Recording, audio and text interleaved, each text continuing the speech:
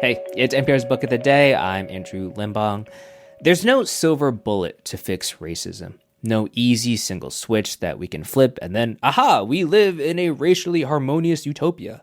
But one man thought there was, and that sole solution was interracial marriage. He was a white anthropologist named Robert Roberts, and he devoted his research to this goal.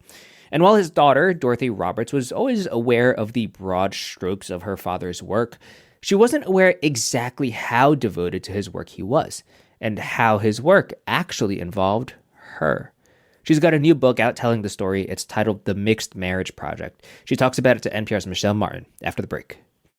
At this year's Oscars, One Battle After Another took home the award for Best Picture, Michael B. Jordan won for Lead Actor, and the telecast had plenty of jokes at Timothée Chalamet's expense. Listen to a recap on Pop Culture Happy Hour via the NPR app or wherever you get your podcasts.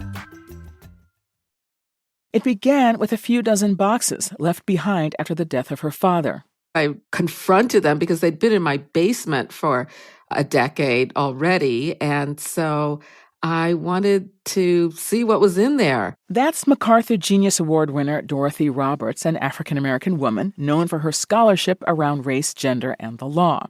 Her father, Robert Roberts, was a white anthropologist from Chicago who spent much of his life steeped in a research project. He believed that Black and white people marrying each other was the best path to dismantling white supremacy and what he called the racial caste system in Chicago and in the United States. Dorothy Roberts' new memoir is The Mixed Marriage Project, in which she chronicles the discovery of more than an unfinished manuscript.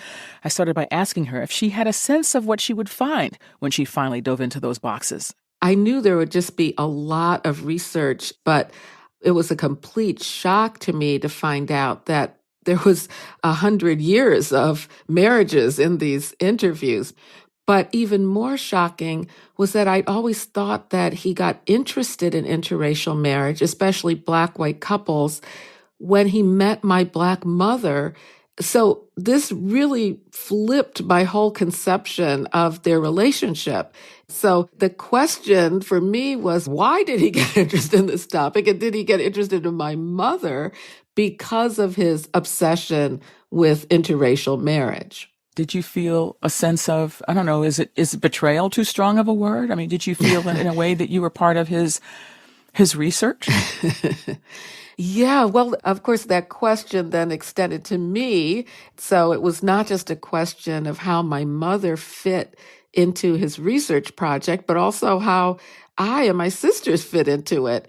You know, there was this belief that children born to mixed-race couples would have psychological, social, even biological problems because they didn't fit into one group or the other. And he wanted to disprove that.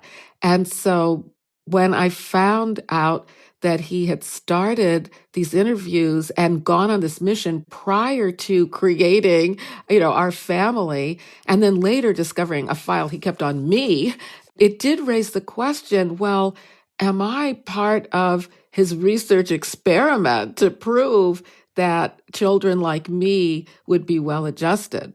Sort of threaded through the book is your own inquiry, but it's also his notes from the interviews that he did with interracial couples.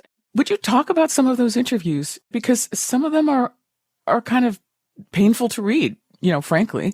Oh, yes. Some of the attitudes that some of the partners had about each other. I had so many feelings about these fascinating interviews. So there were stories of courage and deep love and commitment, but also many of these couples still held, in my opinion, very racist beliefs. For example, my father discovers a club called the Manassas Society where he'd hoped to find mixed-race couples to interview. And he discovers that most of the couples consist of white women and Black husbands. And when he inquires about what happened to the Black women married to white men, one white wife says very bluntly, the Manassas Society women don't like colored women. And why don't they like colored women? Because they believe colored women have loose morals and they don't demand that white men marry them. Professor Roberts, those are some really painful stories.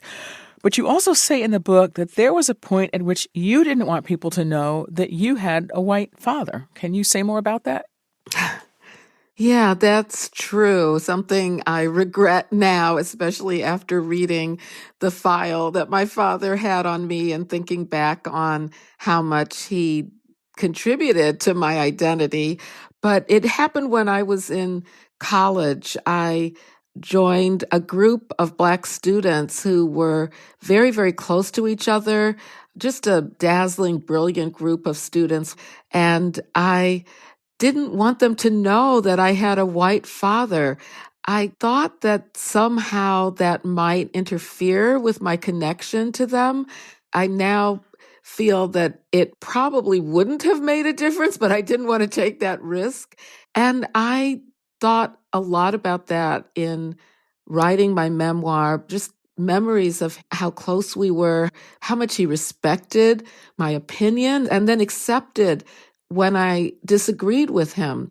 And so I did come to realize how important his lessons about human equality, the way he was so dedicated to his research, his mission to challenge the racial caste system, all of those lessons and my upbringing carried with me to this day. You've had a very distinguished career in the academy. You've written seminal works like Killing the Black Body, which many people may know. So how did this deep dive into your parents' lives cause you to reflect on your own work? I still don't believe that interracial intimacy is by itself is the answer, but I do think that we have to start with ourselves in our most intimate relationships when we think about how we are going to create a world that, a future in which racial hierarchy is unimaginable. And I also came to realize that even though my work prior to this didn't touch on interracial intimacy or interracial love, that the deeper questions that my father was asking, they are questions that I've asked throughout my work as well. I think underlying it is the question of what will it take to love each other as equal human beings? Dorothy Roberts is a sociologist and law professor at the University of Pennsylvania. Her latest book is The Mixed Marriage Project, a memoir of love, race, and family. Professor Roberts, thank you so much for talking with us. Oh, thank you so much. It was a real pleasure. I appreciate it.